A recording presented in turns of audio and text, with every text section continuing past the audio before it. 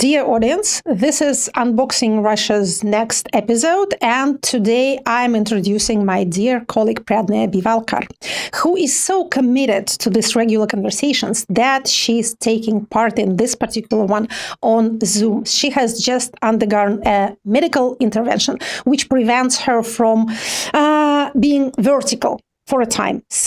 But even being horizontal does not prevent her from joining. So, hello, Pryadnaya. Hello, lovely to join you. Glad to see you. So, and of course, she's been more and more monopolizing these episodes with all the interesting things happening and unraveling in her part of the globe. Actually, things have been unraveling pretty weirdly in my part of the globe as well. We both would very much wish our respective countries to be more boring, but they don't.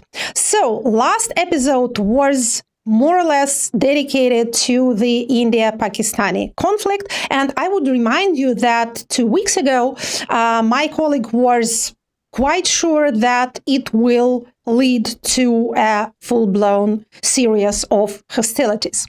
Since then, we have had these hostilities. We have had an exchange of strikes from both sides.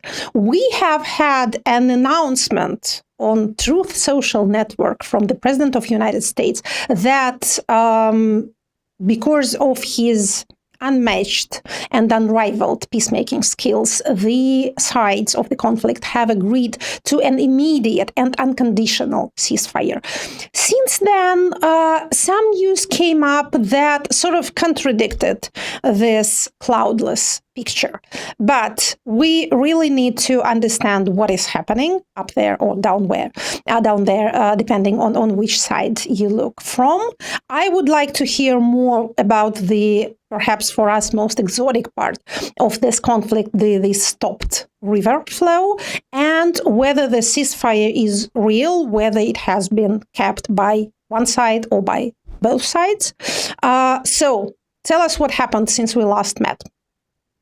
So if you remember last time when we spoke, we very extensively spoke about the killings of the tourists in Kashmir, in Pahalgam. 26 tourists were killed, 25 were Indian nationals, one was a Nepali national, and all of them were killed by terrorists with a specific manner of identifying the victims, which was asking them for their religious affiliation. So this is something that is a very ghastly reminder for people living in the Indian side of Kashmir of the 1990s, when religious extremism was at peak. So after that, after about laying low for about 2 weeks, where there was a lot of tension in the air, but everyone was not wanting to talk about it because it was a very, very potent issue. On the 7th of May, the Indian government announced that it had operated at 9 different locations within the Pakistani territory, targeting what the Indian government referred to as terrorist targets. And that they had not targeted civilian targets.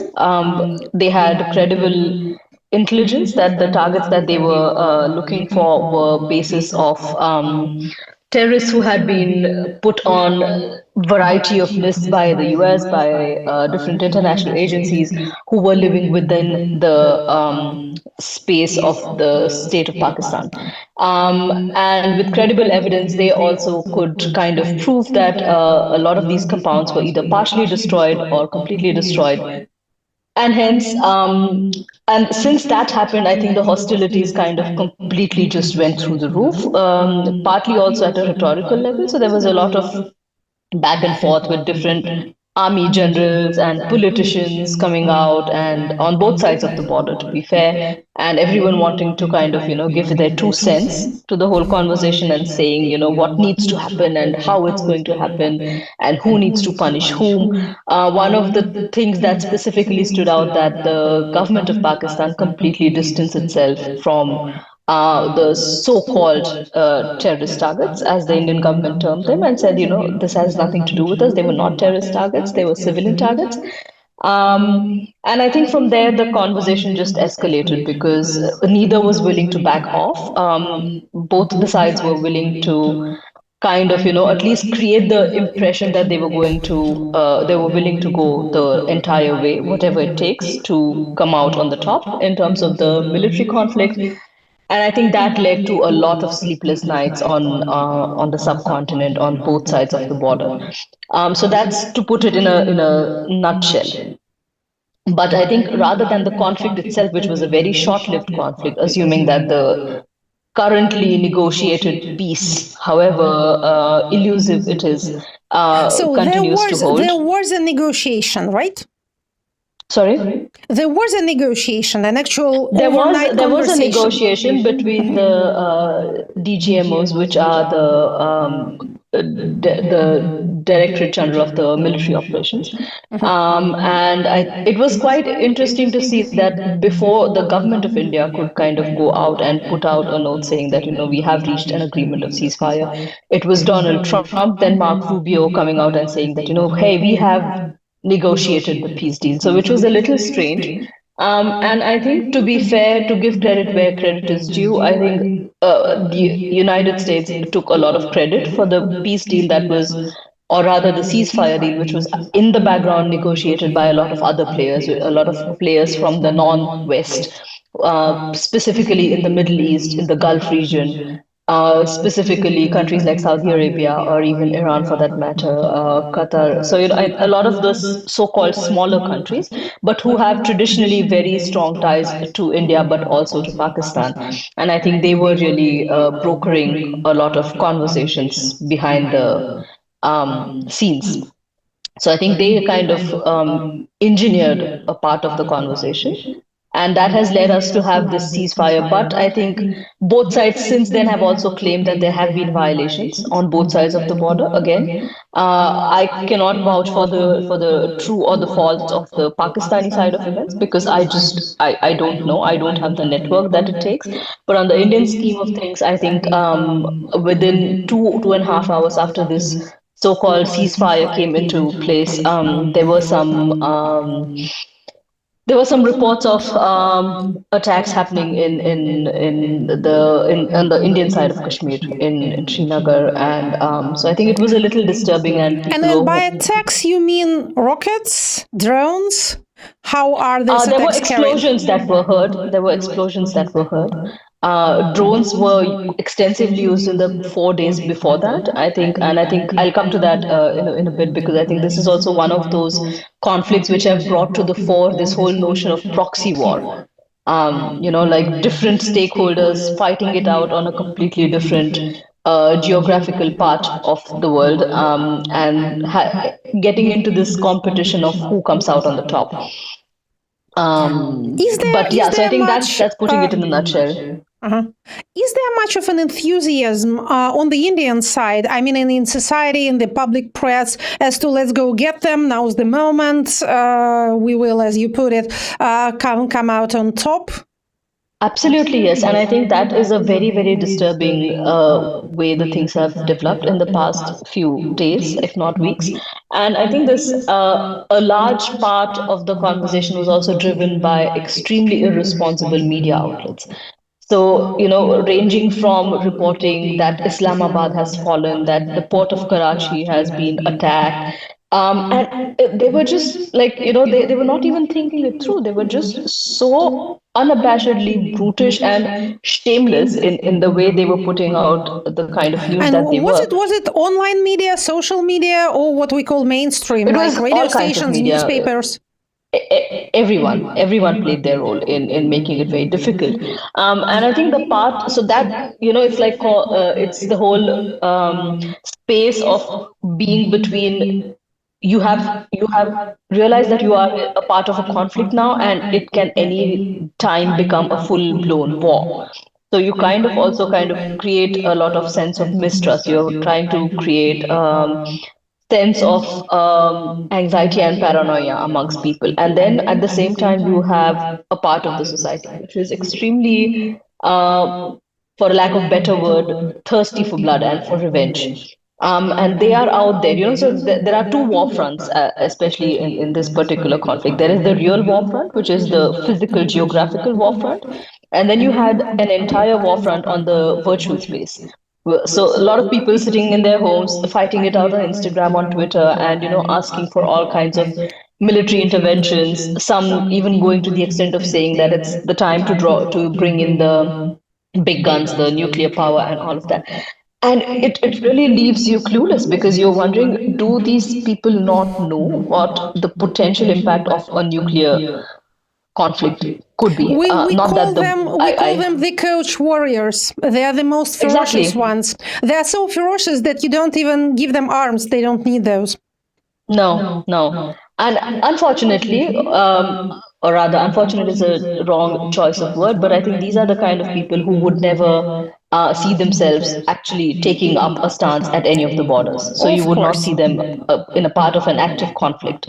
And on the other side, to the credit of the Indian military and of the Indian armed forces and the defense ministry, I think they had an extremely balanced way of reporting things. They were trying to hold these press conferences or press briefings on a very regular basis, and the optics of it were brilliant. So this operation was termed by the Indian Army as Operation Sindoor. So Sindoor is this red vermilion powder that Indian women, married women, Hindu women would specifically wear here on their forehead.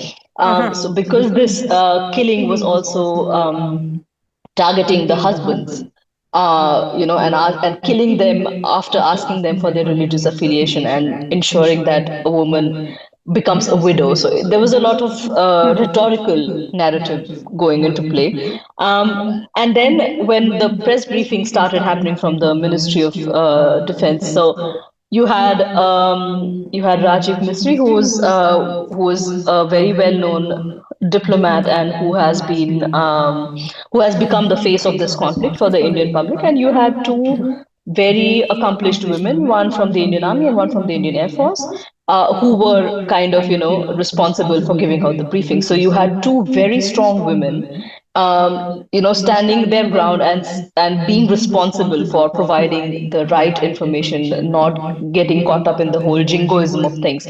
And again, to take the narrative up a notch, one of them is a Muslim and the other one is a Sikh. So you have two women representing minorities in the Indian subcontinent being the face of this conflict. So you're kind of also using that as a space. So you have to hand it to them. They played the hand very brilliantly. So in your case, the Minister of Defense was an adult in the room. Because we also had our regular briefings from the Ministry of Defense, and they became a standing joke because we had this General Konashenkov regularly reporting of Ukrainian military losses that very soon, in the very early stages of the war, summed up to more people and equipment than Ukrainian army actually had. So the joke is that, according to these press briefings, Russia has defeated Ukraine like 3 times over. So it's interesting to hear that there are alternative ways of providing official information. And then, of course, very early in the war, we had new legislation which made every alternative information, rather than the one declared at the ministry's press briefings, criminal to declare, criminal to pronounce, and to disseminate. So we had real military censorship included in our criminal legislation. If your war drags on long enough, I'm afraid you may come to this kind of legislating as well. But it's refreshing to hear that you are not yet at that point. No, so to reiterate, I think they were just being the adults in the room in the way they were providing the information. So of course they were not going to say that, especially at that junction, coming out and saying these are the losses that we took, or these are the people that went missing, or these are the ammunition that was kind of shot down, or these are the things that went missing. What they were trying to do is not get caught up into how we need to take it up to the next level. They were just providing information on things as what happened today. This is the extent of the damage. This is how far we went. And then leaving it at that. At the same time, the Indian government at some point actually had to come out, different ministry sources appealing to different media outlets to kind of be a little more responsible about how they were reporting. So I think this was a very, very interesting point of time. Unfortunately, a very dark one. But I think this kind of brought to fore a lot of issues that the Indian society currently needs to deal with, had been overlooking them for a very long time, but this conflict brought it to the fore. That, in terms of what kind of media do we consume, why do we consume it, and because you said at the beginning of our conversation you would also want to know what kind of reliable sources one Yes, very, could very look up much if so. We all know about truth being the first casualty in any military conflict, and the experience of several wars we've been subjected to recently shows us that getting reliable information is extremely difficult. I'd be interested in your list of reliable sources, but first, I would ask you whether in case of India, there's any difference between state media and independent media, whether there are any outlets that work from outside of the country, whether their position is different. So of course, we have a lot of private media outlets and a few state-run outlets. The state-run outlets usually are the ones who, for a long time, were known to have a fairly balanced, nuanced way of reporting. Then I think over the past few years, they increasingly became an extension of, what the state wants them to say, regardless of who was in power. So not just under the current regime, but also the one before. And of course, they are not the kind of media outlets that can keep up with this breaking news churning out cycle. So they can't do that. They just don't have the resources, the economic resources also to continue to do so. So I think they kind of took a big hit in the whole competition per se.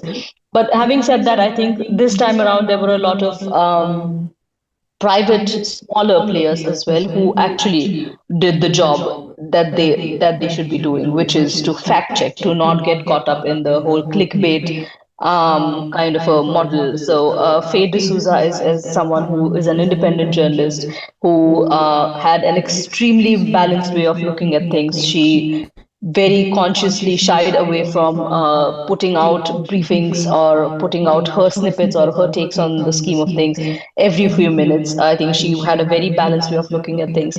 Then how a war kind of a situation can also do funny things. So there is this one person known as Mohammed Zubair who runs a media outlet called Alt News, which is technically a fact checking news outlet. So they always take fake news and they combat it with real news. But in this particular scenario, and he has in the past ran into a lot of trouble with the government. But in this particular scenario, he ended up gaining a lot of brownie points because he was just doing his job. He was going after the fake news, taking them on and saying this is not the real news. This is, for instance, a grab of a video game. So what the kind of extent that damage that you see on your screen is not actually real. It's coming from a video game, and this is the source. So actually, he ended up gaining a lot of brownie points with the government because he was just doing his job. So I think it's also a very interesting way of how things come together. Do you have popular Telegram channels? Or, well, I don't know, Instagram channels that serve as actual news outlets? So, like I said, Faye D'Souza, she has a small news outlet, and she does a lot of independent journalism, and especially in this 1 week of conflict, I think she has gained a lot of support in terms of the number of followers who kind of have subscribed to her. In terms of platform, is Telegram a thing in India? Not so much, but I think there are a lot of these people are also opening up their WhatsApp platforms, just like Telegram has its own platforms. I think they also have a way of doing it on WhatsApp. So some of them are doing that, and that seems to be quite popular as well. And Instagram is definitely something that they are exploring. So you can actually sign up to getting all these things in your mailbox on Instagram every time there is a new piece of news that they want to share. So I think Telegram is something which is in the making, but it's not as popular as WhatsApp or Instagram would be. We will give links to these sources that you recommend in our video description, so that, but they are all in what language? English.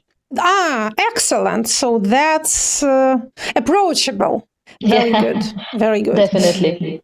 Speaking about the way the Russian side reflects these developments, I must say that, of course, we Russians are extremely Russia-centric. We think our affairs are the most important in the world, and all the rest is secondary. However, India being so important a trading partner these days for Russia and one of the main buyers of Russian oil, public and official support was declared for India, even to the extent of giving promises of, if not direct military support, at least, well, every sort of support that may be required, which puts this whole conflict in which makes this whole conflict a difficult place for the current Russian authorities, because Pakistan is largely seen as, if not China proxy, at least China-supported regime. Of course. And of course, the friendship without borders, friendship without limits, and friendship with benefits that China enjoys with Russia may be, if not compromised by this unequivocal support of India in this conflict. At least it may add perhaps a rub or two to the brotherhood between these two countries. But of this, I think real China experts like Alexander Gabuev are much more competent to talk about than myself. On the side of popular Russian media, including online sources and popular bloggers, the general idea seemed to be that, well, Russian leadership has started the trouble by showing the whole world how you can grab somebody else's territory and get away with it, how you can do the rally around the flag exercise, how you can actually survive pretty decently in the situation of sanctions, even if this occur. So the idea, again, the very Russia-centric idea is that Russian president has set a bad example to the whole world and has opened the Pandora's box of conflicts everywhere. India, but was the Pakistan, narrative that India had kind of walked into Pakistan and tried to annex territory, or was it a more balanced way of looking at things? Because I think that really makes a lot of difference, because Russia walking into Ukraine is a very different conversation versus India going into Pakistan and coming back and not taking over any kind of territory. So, like two very different conversations. Hence the question. Of course. As I said, these crucial nuances are often lost on people who deal with historical and geographical parallels. Like, look, they are all the same. Look what the world has come to. Now everyone is is picking up fights with their neighbors, and of course, every fight is more or less the same. And India-Pakistani conflict is one of those long-standing stories that are at the back of everybody's minds. The other one being, of course, the potential war for Taiwan on the part of China. So it's something that everyone sort of knows may happen at any moment. However, after a few if not hours, then days, very few days into the conflict, the general idea in the Russian press seems to have evolved to, well, there have been similar episodes in 2016 and 2022, and the sides have limited themselves to a couple of, or maybe half a dozen retaliatory strikes, and that was that. So first it was, we have a nuclear conflict, look what Putin has done, now the earth is going to be burned in a nuclear explosion, and then all of a sudden, well, it will possibly come to nothing, let's not panic, they've done this thing before. I strongly suspect that both these pictures are very far from the truth, and that's exactly why we are having this talk right now, despite the fact that you ought to be resting at your home, actually. But we can't leave our audience at the mercy of irresponsible or ignorant sources. We have to show them the light to the best of our abilities. So my question would be, now we have more or less sorted out the media picture and set the timeline. This ceasefire that, as I understand, both sides say the other side has already broken numerous times. This ceasefire was, as the above quoted Truth Social post said, unconditional. So there is, are there any, well, was there any declaration of what both sides want from each other? What is the demand of India to Pakistan and vice versa? So India's demand to Pakistan is that India wants Pakistan to acknowledge that they have an issue with, at an internal level, of not being able to tackle the rise of terror networks or terrorism networks that operate from within the state of Pakistan. This is something that I alluded to in our last episode as well, Yes. where I did not necessarily say that the state of Pakistan, like the entire state of it, is privy to a lot of these conversations, but there are parts of the Pakistan state, including elements of its armed forces, elements of its intelligence services, who are extremely close with some of these factions, and that's why they make it possible for them to operate from within the state of Pakistan. Having said that, India wants Pakistan to acknowledge that they have this problem. Pakistan would never acknowledge that, because And this that would just... acknowledgement, should it, in their opinion, come in the form of what? So I think the acknowledgement would be a big step. So I think a lot of people like were extremely Pakistani surprised. Political leadership ought to apologize, or what? Not necessarily even apologize, just to say that this is a problem, and unless and until we acknowledge that there is a problem, you cannot possibly address that problem. The Pakistani approach so far has been not to acknowledge that they have this problem, and that's why it was extremely surprising for a lot of Indian policy analysts when the defense minister of Pakistan, on an interview live, went on record to say that, of course, Pakistan has had issues with terrorism networks. We've been doing the dirty work of the United States and some other Western countries, and it has come back to bite us in big ways than one. So, no one points a finger at any of those countries. It's always Pakistan that gets shown the door for not playing by the rules, and in reality we're just doing a lot of dirty work for those guys, and people were like, okay, wow, that's a new thing. And I think it's very, very rare to have these kind of honest slip-offs from politicians And the person inside who Pakistan. said this, his official position is? He's the defense minister. The defense minister himself. Yes. Yeah. Then it sounds kind of big. On one hand, it's of course the classic blame game, throwing the hot potato, as we say, like these other guys are to blame. But it's you're right. It's closer to acknowledgement than anything else. I think that acknowledgement is something that India would definitely appreciate. Pakistan definitely wants to talk about Kashmir. And I think for India, you cannot talk about Kashmir without talking about terrorism. And for Pakistan, it's the other way around. So unless and until you solve the Kashmir issue, you cannot move further than that. And solving the Kashmir issue for the Pakistani side, it will be what? Do they want this territory back, or they do? Yeah.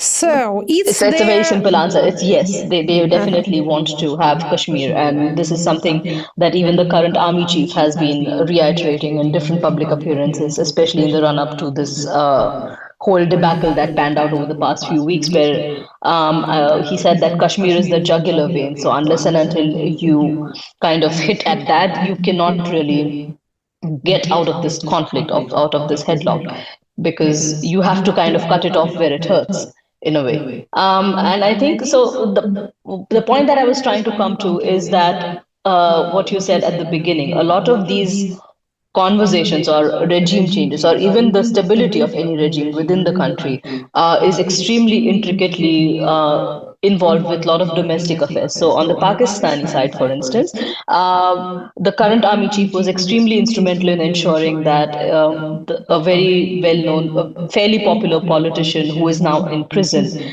was kind of ousted from his office and was put behind bars. which did not make the Pakistani army particularly popular. So they needed a big win. They needed to have that image of, we are in this for the long game, we are doing the right thing that's important for the country. So they needed to have this one narrative that kind of, unites the whole country, and you have this external aggressor.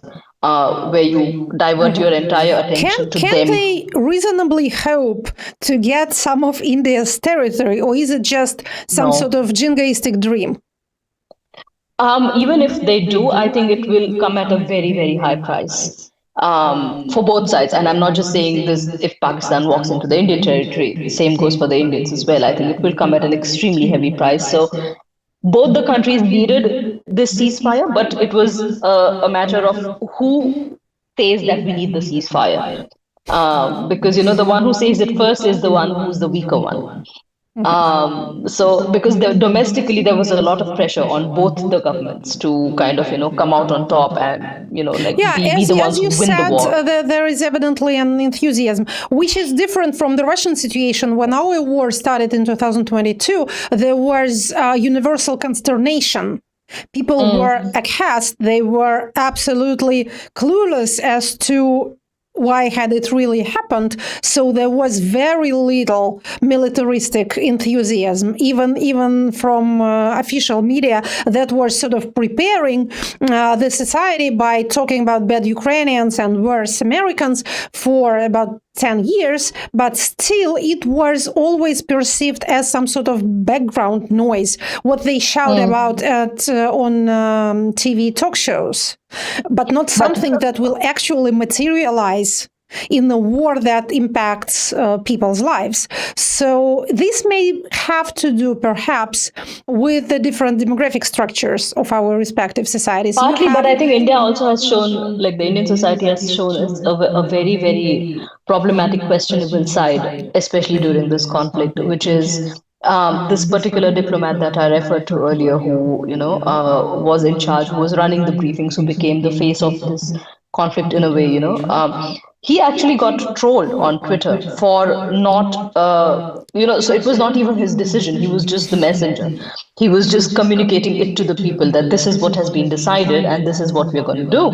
And he got trolled so massively, including leaks about his personal information, about his family, and so on and so forth, that he had to he had to make his account on Twitter private for just having them back off. And I'm wondering, the person who became a hero for like 4 days or 3.5 days, now you suddenly turn against him because you don't see him as the person who's going after the other enemy, if that's what one can call it. So I think it's a very, very problematic situation. So both governments have been under extreme pressure.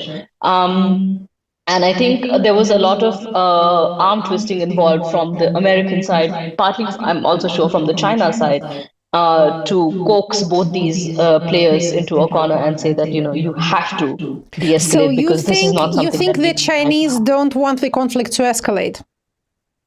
No, because they have a lot at stake. You have the Belt and Road Initiative, which goes through the entire region and is a very, very key part of the puzzle for China to have a very sustainable, very solid access to Central Asia. And also, for it to kind of ensure its economic prosperity. And of course, geographical dominance over the territory. So it's not a conflict that they can easily afford. And the US, because of course, had to there's quite a widespread impression that Chinese want the Russians and Ukrainians to continue fighting because this makes Russia weaker, more dependent on China, and they don't care for the military losses of an alien race. That's as good a theory as you get in the public space, but it's quite a popular one. Now I have two not final, of course. I have two questions that I need to ask you. First, about the river. What happened to the river? Is it still blocked? It's not, I would not say it's blocked, but there are conversations. So in between, India then unilaterally just released a lot of water into one of the dams, and that had almost created some sort of scare for people living on the downstream, because they are the ones who face the most amount of threat. But I think, to be fair, in the past few days of everything that has been happening, the water treaty is not something that has come up very often. So I'm hoping, and my guess is that it stands in this form of in abeyance. So it's technically no one has violated it, but it has not been put back in place. So it kind of is in that space of being in limbo. And assuming that I'm not hearing a lot about real time issues coming out of that conflict, I'm hoping that things will very slowly and steadily be ironed out in the background without making a public debacle out of it, because I don't Yes, think that they need happens another more often. conflict on hand. That happens more often than we are aware. Publicity quite often hurts this issue rather than helps them. And the second point that needs clarifying is the IMF loan for Pakistan. The bailout, The bailout. So there has been an understanding that the Americans brokered that deal by assuring Pakistan that it will receive $1.2 billion from the International Monetary Fund if they behave. Is this impression correct? Of course, and I think that is also being looked at as so a lot of people on the Indian Twitter or Indian social media went really ballistic after they found out that the IMF had passed the loan, had cleared the loan, because more than often the history of Pakistan-US relations usually points at a lot of these funds getting diverted into activities that were not meant to be at the receiving end of this kind of funding. So there is a big concern that having this bailout could just help them bolster their efforts. Um, my sincere hope is that they prove us wrong, because I think they have far bigger fish to fry than like going at India neck to neck to like get the revenge for whatever. I don't think that they can afford any kind of conflict right now. The economy is in shambles. They really need to get a lot of things sorted before they can even consider taking up the military expense up by a notch. So just to put it in context, I think the Indian economy is about 11 times bigger than the Pakistani economy at the moment. A few years ago, it was just 5 times bigger. So I think India has come a long way. And of course, well, India as the Russian-Ukrainian example has shown, these disproportions do not always prevent conflicts. You can be poor and yet you can fight. So this leads me nicely to my really final question to you on this pack of issues, on this can of worms. What's your take on what happens next? I know we all avoid being dragged into the prediction business, but still, what's your educated guess on the next couple of weeks? My educated guess would be that things are going to be extremely tensed. No one's going to back off, but I think they will very specifically try to avoid any further escalation. Because I think an escalation is something that neither of the countries can use right now, because not specifically because Indian economy is big, but I think India is currently enjoying a good wave of relations with different stakeholders across the world, and having an entire war roll out on one of your most volatile fronts does harm to the business. And you don't want that. You don't want your economy to go in a complete free fall. So I don't think India wants another conflict on its hand. Pakistan doesn't want the conflict on its hand for a whole variety of reasons, which probably are a little different than the Indian ones, but neither of them can afford a conflict right now. So my educated guess is they will keep investing into furthering their capabilities, buying more arms and ammunition, restocking and whatever it takes, but they will try as far as possible to not escalate. Having said that, if there are any non-state actors involved, especially on the terrorist networks front, then I think things become a little more challenging and difficult, even for the government of Pakistan to save its face if it comes to that. But my sincere hope is that they rein them in and make sure that they at least follow the state narrative, whatever that is, for the time being, and not allow it to. I understand that it's your opinion that in Pakistan, the army is more or less an independent actor rather than part of the vertical of power it is for example, in Russia. It has its own mind. It has its own mind. It has its own rationale of why they do certain things the way they do. More than often, they see themselves as the organ of the state which has been entrusted with the responsibility of ensuring that the state of Pakistan, in its core idea of being an Islamic state, continues to function the way it is meant to, with its very specific understanding of what the religion means and how it plays out in a day-to-day life. So I think they see themselves more as custodians of ensuring this entire state works out. They don't really trust the politicians for for the longest time in history. I think Pakistan has had the most problematic relations between the army and the political class back and forth, including heads of state being beheaded, being put behind bars, being killed in very questionable circumstances, and so on and so forth. That is a little different than what the Indian army, at least so far, has practiced, and I hope that they will, because I think they still have a very, very clear understanding of their role, which is not to take over any state functions. They are the army, and they will remain the Indian army. So I hope that answers the question.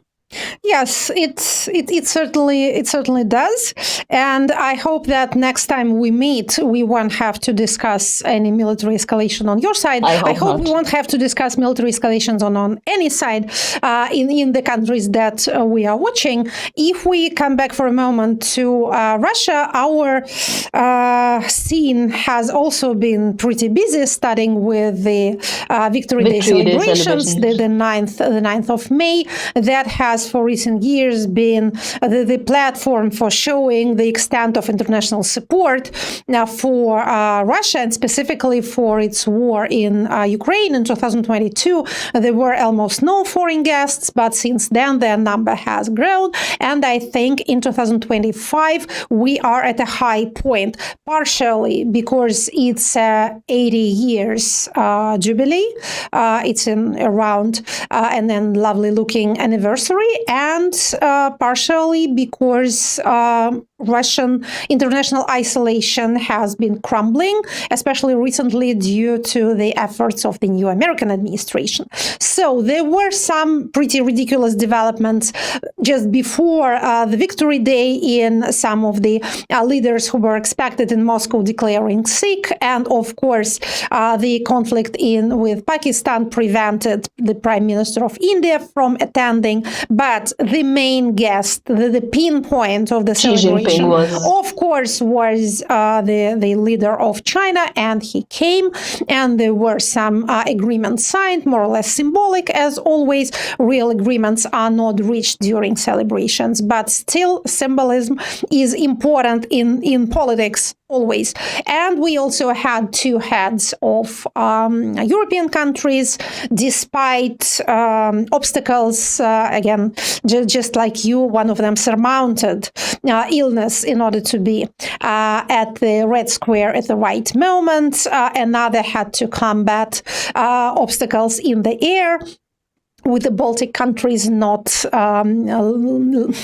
permitting the passage of his airplane. But again, despite all this, here they were. But immediately after the holidays were over, and I have to tell you that for the Russians, these so-called May holidays are as important as New Year holidays, and they last approximately the same time. It's about 2 weeks when there is little or no activity, and as the phrase goes, whatever you want to do, you say, let's do it after the holidays. Давай уж после праздников. So it's specifically the December phrase, and it's also the end of April phrase.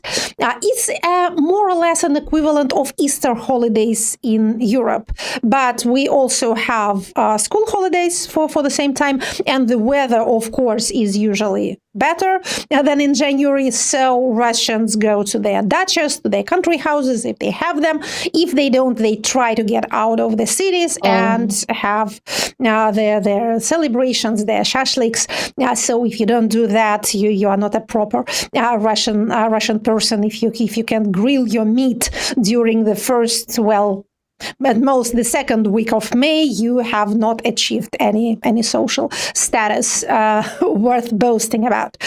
So when this period is over, then all the things you've put aside during the holidays come knocking at your door and falling on your head. We have all experienced this when we open our email boxes after a bit of a break. So it's more or less the same with the heads of state, I strongly suspect. So we had an unexpected late night press conference of the Russian president, which was not a press conference at all, which was just his statement. It lasted like for 15 minutes. No questions were allowed. He excused himself, saying that it's late and of course you must be tired, so I let you go. With the God was the phrase he used. But the point of his declaration was that without mentioning, or rather without accepting the proposed 30-day ceasefire, he alternatively came out with the proposition to resume the peace talks in Istanbul as soon as the 15th of May. That was, as far as I get it, his way out of the riddle, out of the conundrum he found himself in, because American president started to get, in his own elegant language, pissed off by the evasions and the procrastinations of the Russian side. And he wrote that he begins having a glimmering of a suspicion that maybe the other side is not serious in their peacemaking intentions, so is not supporting his efforts. So the Russian president could not flatly refuse. But he could not agree either, because Russia thinks it's gaining ground on the front line, which, again, according to military experts, may or may not be true, or this ground may not be worth so much effort and so much human loss. But anyway, Russia does not feel, in the person of its high commander, that it will gain anything by stopping the hostilities, even for 30 days. So that was how he wiggled himself out of it. But now counter declarations and replies have poured in. The Ukrainian president said that he'll be coming to Istanbul anyway, and you may have heard that there's a heads of NATO states meeting in Istanbul, so he won't be coming in vain, even if no Russian delegation turns up. And we know absolutely nothing about this Russian delegation and whom it will consist of. President Trump wrote a rather equivocal social media post, which kind of gives every side their due, saying that, yes, Russian president has rejected the ceasefire, but he proposed the meeting. Ukraine should agree immediately. So you are both not doing enough to stop this bloodbath, etc. So I'm the good guy, you are the bad guys. In Russian, this kind of rhetoric is called «всем сестрам по серьгам», to each sister a pair of earrings. That is used ironically. So Russians now, having, again, got themselves out of one dilemma, are immediately stepping into another. If they send, to put it bluntly, a pack of third-tier clowns to Istanbul, like they did in 2022, this will offend the American president. They can't send, the Russian president can't go and have direct meetings with the Ukrainian president, whom he called all sorts of names and has declared to be illegitimate. I don't think that even the Minister of Foreign Affairs can come to direct talks with the Ukrainian leader. But anything lower than that would be disgraceful. Will look ugly in American eyes. And you see how both sides are mostly eager not to come to any sort of agreement among themselves, but to avoid displeasing the Americans, to keep the Americans on their side. And here there have been all sorts of mood changers First, American stance seemed to be starkly pro-Russian. Then Ukrainians started wiggling them into a more Ukrainian-friendly position. Then the Europeans, together with the British, jumped in and reinforced their coalition of the willing. Then a group of European leaders came to Kiev, and they had their own talk, and then they called their friend Donald, and he sort of supported their efforts, whatever these efforts may be. So this boils down to this. Americans are not walking away. Not yet. Americans have signed an agreement with Ukraine. The agreement, which remains mysterious, but is equally mysteriously attracting much less media attention now that it has actually been signed than when it was first in agitation, which strikes me as strange. Again, I know it reflects badly on my, knowledge as an expert, but I'm not sure if anyone has seen the text. If, Ukrainian parliament has ratified it. If it can't ratify a document it has not read, that is impossible. But it might have been done in a closed session. At least I know numerous such examples. On the Russian side, now our federal budget is about 30% secret, so that is no problem. But again, the question that maybe our highly educated commentators will answer for me is, where's the text? Can one actually read it? So, notwithstanding these ambiguities, the agreement has certainly been ratified. So, somebody is coming to Istanbul this week. We know that President Zelensky is definitely coming, and we don't know who is to come from the Russian side, but somebody maybe. And this poses the question which I would like to ask, not expecting it to be answered because I don't have the answer myself. Quite recently, we had in this very studio, we had a conversation with my colleague from Berlin Carnegie Center, Temur Umarov, on the subject of whether it's possible to change any country's regime from the outside. Whether such a form of foreign interference, whether benign or malign, is actually possible. Can you do a long-distance regime change? And we, as two political scientists, have come to a conclusion that unless you actually occupy a country and install an occupational administration, you can hope to influence the winning side. You can hope to achieve what is called in Russian joking way, getting a sunrise manually. Like reinforcing something that is already happening, that will happen, but you can, make a song and dance around it. You can influence some sort of details of how it happens, but the reasons for regime transformation have to be internal. Yep. Can we ask the same question about conflict resolution? Can you stop or resolve a conflict between two countries? Okay, an aggression operated by one country against its neighbor from the outside. We seem to have this highly mythologized idea of an international community or strong international players who can do whatever they put their minds to. Sometimes we blame them for not interfering or not interfering enough, for appeasing aggressors, for standing aside when atrocities are happening.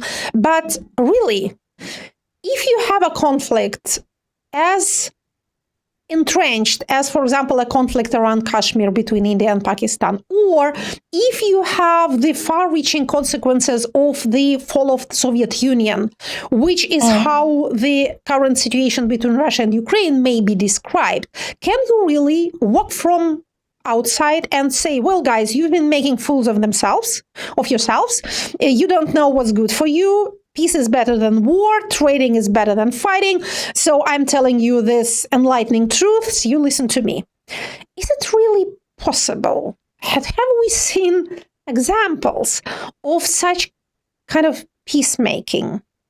That's a question that I think I would also like to think about a little bit without, rushing into answers, because it's a very complicated question, because there is a lot more at stake than meets the naked eye. And I think any country that agrees to allow itself for the sake of perceptions to be put in a corner and create the impression that, for instance, the Donald made sure that these two countries come to the table and speak to each other. Either the Donald has a lot on those countries to make them stand in that corner, or they need Donald to take the credit so that they don't face a lot of implications for that at a domestic level. For being too soft on the other side. So I think it's a more complicated question than, at least in the context that I have been looking at it, than I would like to put down in like 5 or 10 words. But this is my first thought that came to my mind. But I'm sure the people who are watching or listening to us also have their whole variety of ideas of what they think. Conflict resolution is a thing. It's actually quite a profession. There are organizations specifically devoted to it. The whole United Nations organization, whose purpose at the moment of its creation was exactly preventing and resolving military conflicts. But it's generally the rule of the thumb that military confrontations end and come to the negotiating phase when both sides think they can't better their position by fighting. They can think that capitulation is their best option. Such conflicts have happened, or they think they have got as far as they are able, or that they cannot support this level of military activity anymore. Whatever options are, if not limitless, varied. But when they have reached that stage, and it takes two for that tango, both sides have to think that by fighting longer, they will not get anything better in comparison to what they have at the moment and in comparison to what they can achieve through talks. So this is when all sorts of international negotiators, third parties, peacemaking leaders and countries, religious figures, etc., may come into play with any degree of effectivity, but not before. Again, I don't pose this as my final opinion, but I have a suspicion that it's more or less parallel to this situation with regime change. When the regime is ripe for change, for whatever reason, it's democratizing, it's falling apart, it's getting more authoritarian, then foreign influence may do something by pushing it at a slightly different angle, but within the direction that it is already taking for internal reasons. Again, I strongly suspect that it's more or less the same with the military conflict. Speaking about Russia and Ukraine, I think that Russia, at least Russian political leadership, think they will gain more by fighting, and Ukrainian side, I suspect, thinks that it will lose more by negotiating than by resisting the Russian military onslaught. So I don't exactly see how, with these ideas being in the heads of these respective sides, how by anybody's goodwill or pressure or, as you said, arm twisting, they can be brought to a meaningful conversation on conflict resolution. Maybe we're mistaken. Maybe we are underestimating the power of the Donald. This worldview actually kind of chimes in or rhymes with the current Russian almost official doctrine of there being just a few countries who are really sovereign. And these really sovereign countries, the big players, they not just influence, they direct the activity of any other country.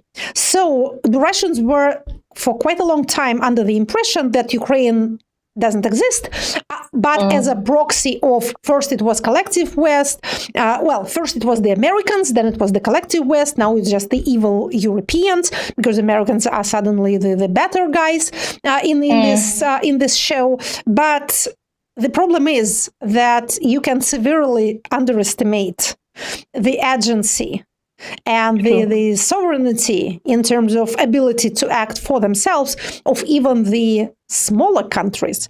And India is a huge country. Pakistan is a big one. And again, I would be very careful to directly connect the economic performance with their possible military performance. You can use a military conflict to distract your population's attentions from their economic woes. And people will fight all the more fiercely because they are poor and maybe they don't have that incentive to spare their lives and the lives of others as the more well-to-do. My argument was coming from the space that India has a lot to lose if it were to kind of engage in this conflict any further, because the economy is doing well. And it would be a disaster for them to kind of, make this choice. But I think this is a conversation that we can also continue the next time, because by then I think we'll be 2 more weeks into this whole process, and that will actually be a good point to look back and see if the ceasefire has held and to what extent, and if not, unfortunately, then how so. Yes, so I think we have been very disciplined and very regular, and we vow and promise to continue being so despite whatever happens. So we'll meet you, dear, in about 2 weeks' time. Dear viewers, in about 2 weeks' time. Yes, I can say from reading the comment section that people are still very much interested in India, and we still have our social inequality question and the way Indian society is constructed, and what are the castes and what are the untouchables. People are still asking these questions, and we absolutely have the responsibility to answer them, notwithstanding the many developments that also claim our attention. So subscribe and like, and then press the bell and whatever a good YouTube citizen ought to be doing. And in reply, we promise to come back to you in, again, approximately 2 weeks' time with more of the India and Russia affairs. Thank you very much for watching. Thank you so much.